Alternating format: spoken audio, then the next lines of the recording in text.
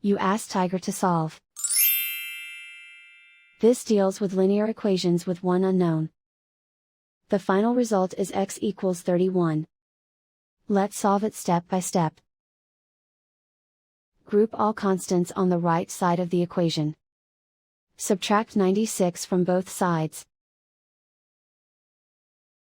Group like terms. Simplify the arithmetic.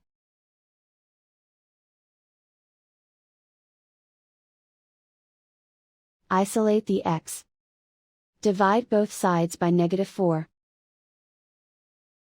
Cancel out the negatives. Simplify the fraction.